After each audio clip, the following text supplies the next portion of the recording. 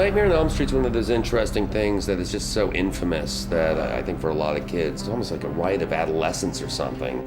What elevated it so much and what kept it around was the creation of a villain that you can't run from. So many of the other horror movies, horror franchises gave you something that was completely grounded in reality, where, you know, as long as you had your own legs and, you know, a good pair of shoes, you could haul ass. With Freddy Krueger, it was a matter of trying to stave off the inevitable, and that sooner or later you have to face your nightmares. It was such an original idea. I mean, the thought of someone being able to harm you while you sleep is just horrifying. You're so vulnerable, you have no control. And then on top of that, the character they created was just iconic. There was no way around it.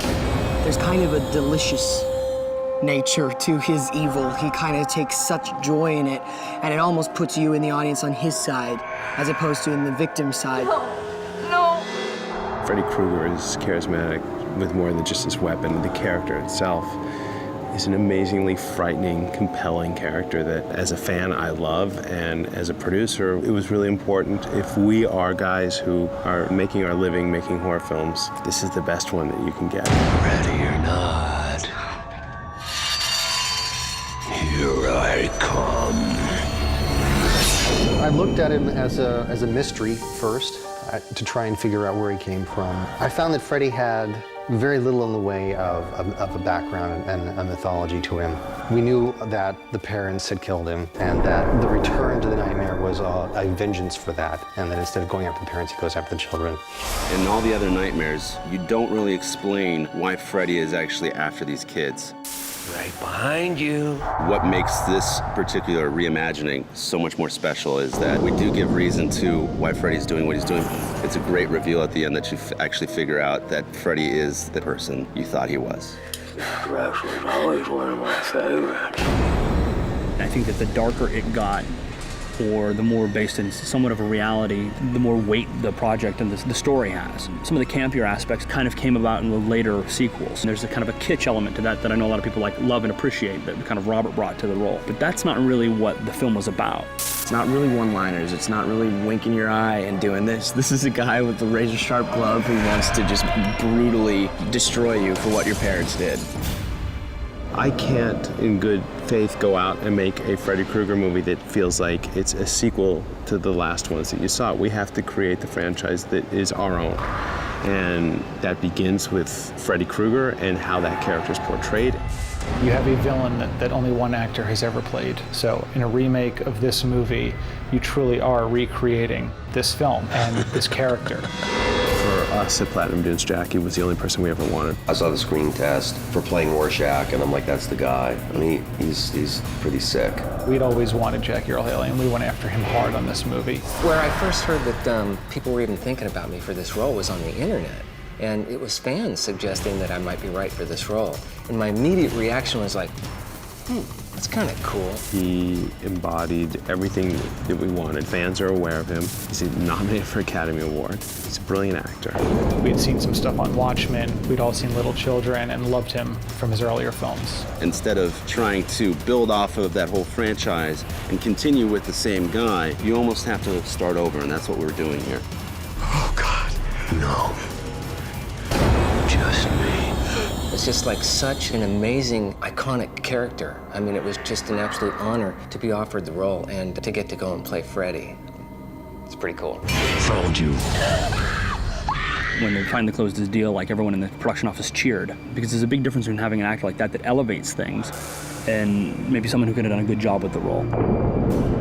Jackie's obviously an amazing actor, and he's really good at doing dark stuff, but I think he's also quite funny. I can't imagine anyone else doing it. I think he's perfect for it.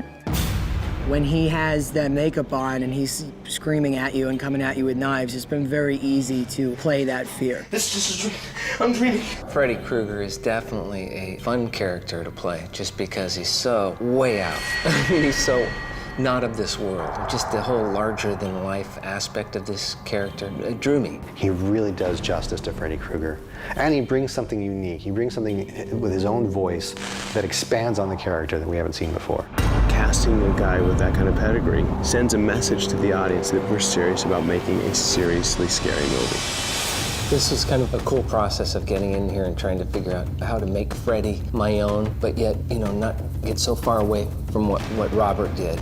Robert did like this amazing job with Freddy over the years. He's made him who he is, this iconic, malevolent boogeyman. And Robert did it in such a way where there was a lot of comedy involved, and it was both scary and funny. And I think now what we're doing with Freddy in this new way is still kind of trying to be true with the things that piss him off, the things that make him so rageful, the killing boogeyman that he is. When I was looking to recreate Freddy Krueger, I looked at all the things that we knew about him just on the surface and tried to find a deeper mythology or find a deeper reason for why they may have become so iconic. Why the fedora, why the sweater, why the glove? In placing him as a caretaker at a preschool, furthermore a gardener, I began to find deviations from that whole hat, sweater, glove that made sense to me, that applied some base logic to why he became the character that he is now. The gardening hand claws that he used, landscaping, the preschool suddenly turned into the glove. This won't hurt one little bit.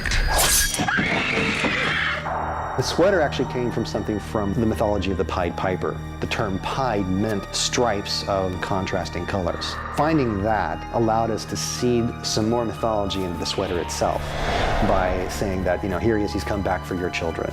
So all that tied together, and we realized we've made sense of this, so why abandon it?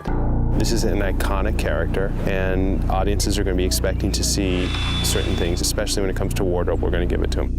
For me, the iconic symbols of the film are the glove, the hat, the sweater. I think we would have been crucified if we had not put the sweater, the hat, or the glove in there. I actually think kids would have gone nuts. Let's not self-implode by changing these iconic elements. If you get rid of the hat, the glove, and the sweater, I think it's not Freddy Krueger. At the end of the day, it's like you can't stray too far. You can show that sweater to almost anybody and people will go, oh, that's a Freddy Krueger sweater. You can see the claw and be like, Freddy wore that. It makes Freddy Krueger who he is. We did several fittings on the hat, several tries on the sweater, and the glove. These guys slowly and meticulously put this thing right to where it needs to be. One of the things that we did that was a bit different is the makeup. Freddy now has a bit of a different look that's probably grounded a little bit more in reality. It looks more like an actual burn victim, but at the same time, too, they kind of put in a little undertones of boogeyman.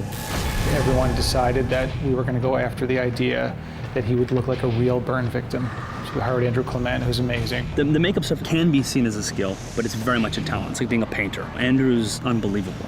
His drawings were different than everyone else we spoke to. On some level, you have to just jump off a cliff because fans are going to hate it. Initially, they're going to hate it because it doesn't look like they're Freddy Krueger. That's always a difficult decision to make. When Andrew was designing the prosthetic, he and Sam were using the tools to mold it and talk about it, where the depth was and how thin it could get and what we could do to try and help things. There's all kinds of things, like his ears. Like, Jackie has real ears. A burn victim would lose their ears first thing, so how do you balance that?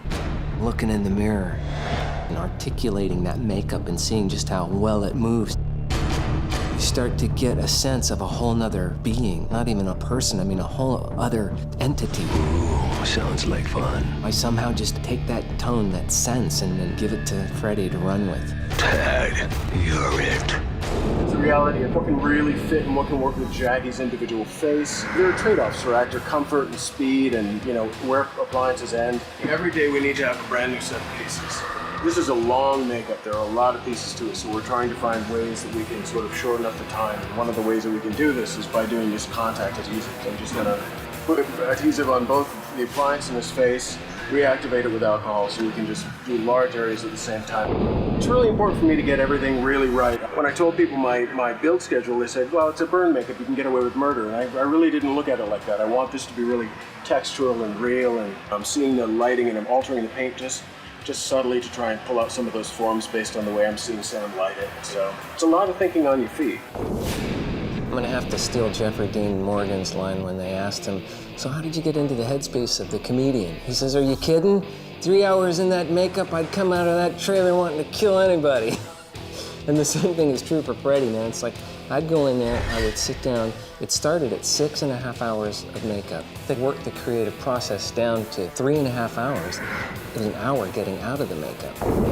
You sit there for 3.5 hours with these guys meticulously gluing this stuff all over your entire noggin, and the last thing they do is put these contact lenses in your eyes. They're oversized. It really helps to put you in the headspace of Freddy Krueger. Don't turn away. Look at me. The makeup's amazing. It really is. You see and communicate with someone who's just so nice with this creepy-ass mask on. It's like you can't look him in the eye. We're actually taking it a couple steps further, and we're actually removing pieces of his cheek, and we're doing a little bit of careful computer-generated technology, and it's gonna blow some people away. That was the next step about how this movie was different from 1984. We were going to affect his face a little bit digitally and do things that they probably couldn't have done back then. And I think that's something that the fans will be excited about when they see the new Freddy Krueger. No, it's not real. It's real. I'm real. What we discovered in testing, and actually as we went through, that really the less light we put on it, the better. And the less light we put on it from the front, the better it looked. And it was also scarier. It's like the more light we just bring from behind and the more we keep the front in shadows, the scarier he looked. The movies have been around for 25 years now, and everybody knows who he is. Yes, our Freddy Krueger is different, and he looks different. But they're coming to see Freddy Krueger. I'm going to see Freddy Krueger, so how long do you hold him back? You don't throw him out there 1 second into the movie, but you start in shadows and you slowly reveal your villain. It's been pretty effective on how we've done it in the movie. Before we see his face, the fedora is such an iconic image, and it's really about that silhouette. And then every now and then we'll do just that tiny bit of rim light so that you sense his shape, and occasionally it's also about when you see him from the front, it's like getting that little glint in the eyes without really seeing anything else. Remember me? Really, at the end of the day, the lighting and all those things don't matter if you can't see what the actor's doing, if you don't feel what the actor's doing. And so with Jackie really able to manipulate that mask, you know, that makes all the difference in the world. When he gets in those nightmares, you can really see how he really takes on that character. He just takes over that screen, his shoulders come up. It's the size of the character that he really brings to it. He works well as this character who's of a smaller stature in real life, and now he's bigger than life in nightmares. You're not real! You're not real! I am now. I've asked myself, why have audiences embraced Freddy Krueger, this maniacal killer that you can't stop? It kind of gets back to that campfire story. We love to sit around campfires, you know, or at least back in the day, right? Sit around and tell like this scary story, and there was something that was kind of fun and exciting and titillating about being scared.